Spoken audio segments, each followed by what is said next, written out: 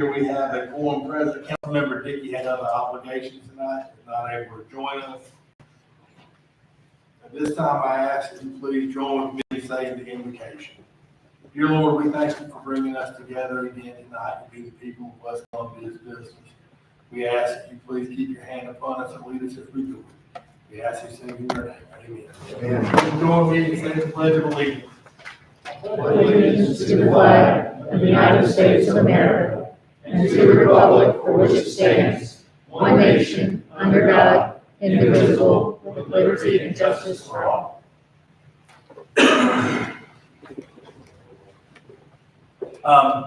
On the announcement of communications, we had 4 awards given for 2 of our events and festivals that we have here, Kinetic Derby Day and Meeting Street Music Festival. So I'd like to say thank you to everyone who made that possible. We greatly appreciate it.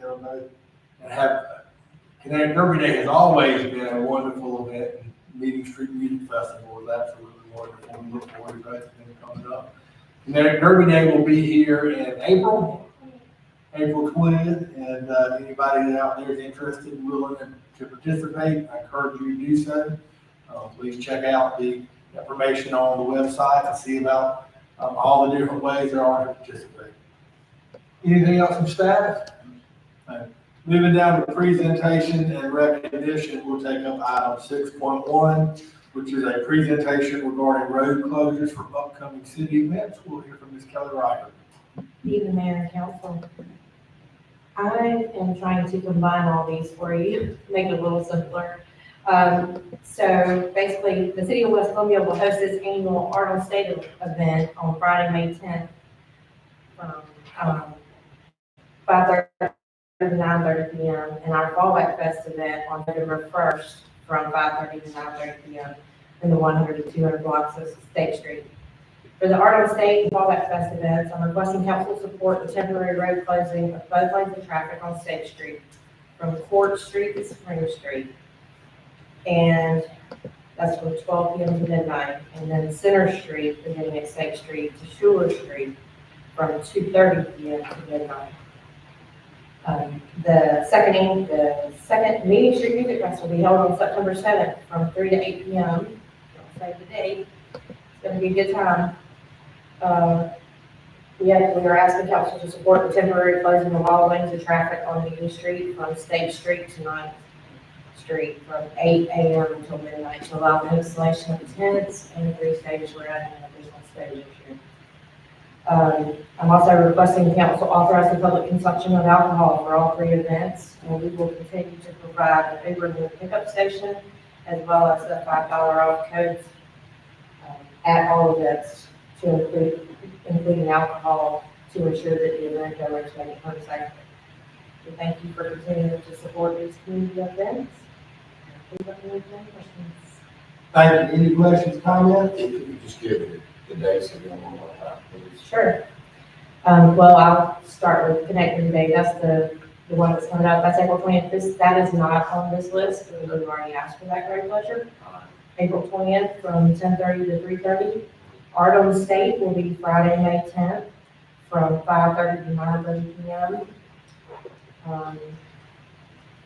September 7th from 3 to 8 p.m.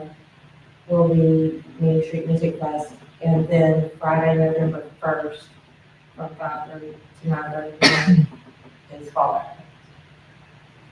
Thank you. You're welcome. Thank you very much. November the 1st is Fallback Fest. Thank you. All right. Make sure you're there. Then we had April 20th, May 10th, September 7th, and November the 1st. Got it. Moving down to item 6.2 is a presentation regarding a new business license application. We'll hear from Mr. Justin Black. Thank you, Mayor. Good evening, Mayor and Council. Staff has been working to enhance our business license application, making it easier for applicants to read, follow, and understand. Staff use the applications of our surrounding municipalities as well as the state standardized application for reference as we develop layout. The We really appreciate your comments and feedback as we finalize the application. There are some minor tweaks that were made since the last time you saw it. Before you tonight is the final application, and it will be used from this point forward. There is no requirement for formal adoption of this document. I just wanted to get it before you and let you know that it will be going out for renewals here shortly. Justin, in addition to this, is there anything that we send to business license holders along with this that might help them in identifying their NAICS code or the class of business? If we do, we actually include that on that form when we send it out to them. All right, so that's already entered on there? Yes, sir. All right. And is that, I assume that's for a renewal, y'all enter it on there? Correct. If you have somebody who is applying for an initial issuance of a license, do we have things that we provide to them to assist them in making a determination of which NAICS code or which class of business? We did. There's handouts we can give them. There's also links on our website to the different appendixes, as well as the link to the business license renewal center. So they can look that up, and there's a calculator out there that they can use. Thank you. Anyone else? Hearing no further questions, we'll move on. Thank you, sir. Moving down to item 6.3 is a presentation regarding requirements and procedures, policies for the issuance of a resolution, proclamation, or ceremonial letter.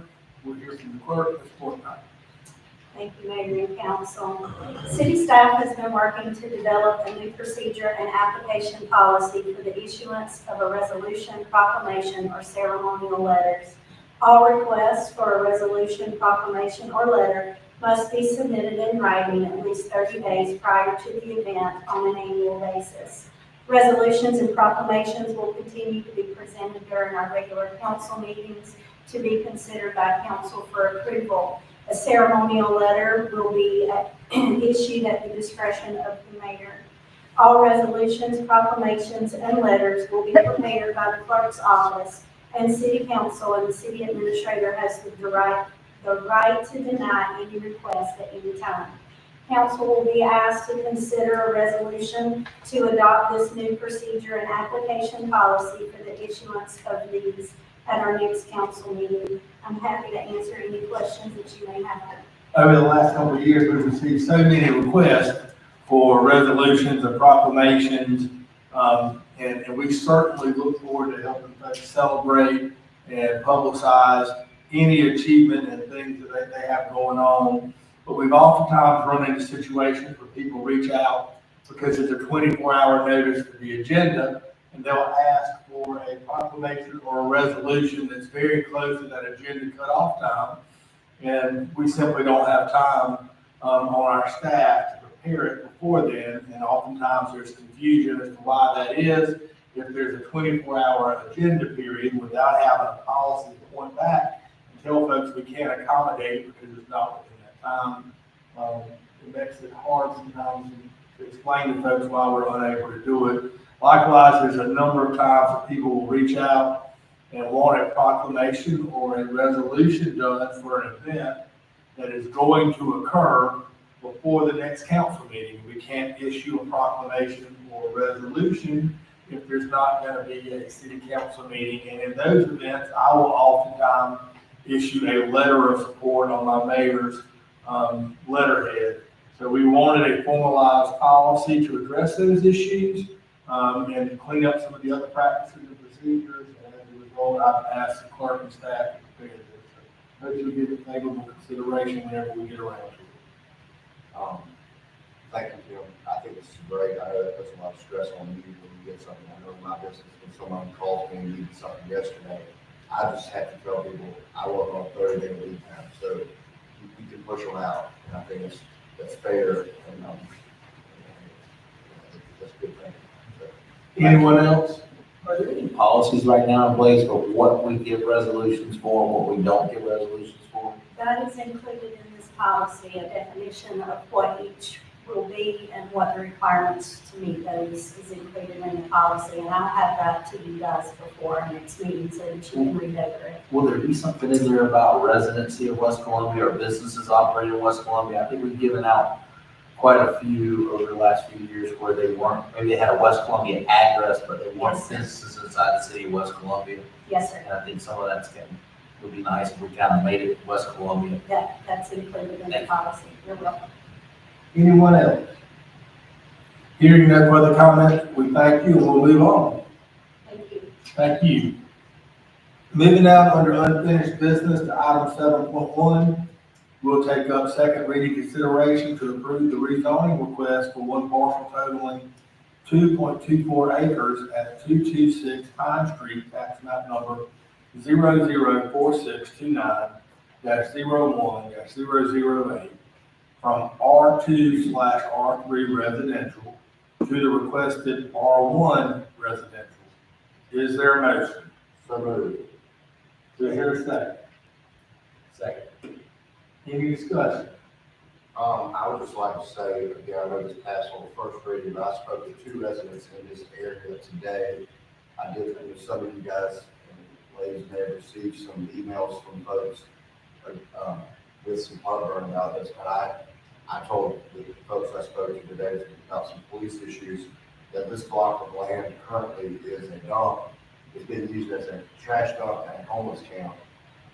So I think we would be doing a great injustice to our city to not allow all of this. Thank you. Anyone else? Hearing no further comments, at this time, if you're in favor, please raise your hand. All those opposed? Passes 7-1, if my math is correct. Moving down to item 7.2, second reading consideration of the planning commission's recommendation to approve the rezoning of one parcel totaling 0.23 acres at 502 State Street, tax map number 004639-12-004, from R1 residential to the requested C3 restricted commercial, also located in the Gateway Overlay District. Is there a motion? So moved. Is there a second? Second. Any discussion? Hearing none at this time, if you're in favor, please raise your hand. Passes unanimously. Moving down to item 7.3, we'll take up second reading consideration of the planning commission's recommendation to approve the rezoning of one parcel totaling 1.63 acres at 1605 Platte Springs Road, tax map number 004632-07-005, from R1 residential to the requested C3 general commercial. Is there a motion? So moved. Is there a second? Any discussion? Hearing none, if you're in favor, please raise your hand. Passes unanimously. Moving down to item 7.4, we'll take up second reading consideration of the planning commission's recommendation to establish a zoning classification of C2 general commercial for one parcel totaling 0.42 acres, 1709 Sunset Boulevard, tax map number 004642-02-090. Is there a motion? Is there a second? Any discussion? Hearing none at this time, if you're in favor, please raise your hand. Passes unanimously. Moving down to item 7.5, we'll take up second reading consideration of the planning commission's recommendation to establish the zoning classification of C2 general commercial for one parcel totaling 1.82 acres at the intersection of Huntington Drive and Augusta Road, tax map number 004599-14-001. Is there a motion? So moved. Is there a second? Second. Any discussion? Hearing none at this time, if you're in favor, please raise your hand. Passes unanimously. Moving down to item 8.1, I would welcome a motion to adjourn to executive session for purposes of a discussion of legal and contractual matters related to Lexington County. Pursuant to South Carolina Code annotated 30-4-7A2. Is there a motion? Second, is there a second? Any discussion? Hearing none at this time, if you're in favor, please raise your hand. We are unanimously adjourned. If y'all would like to stay, please stay. We may take up action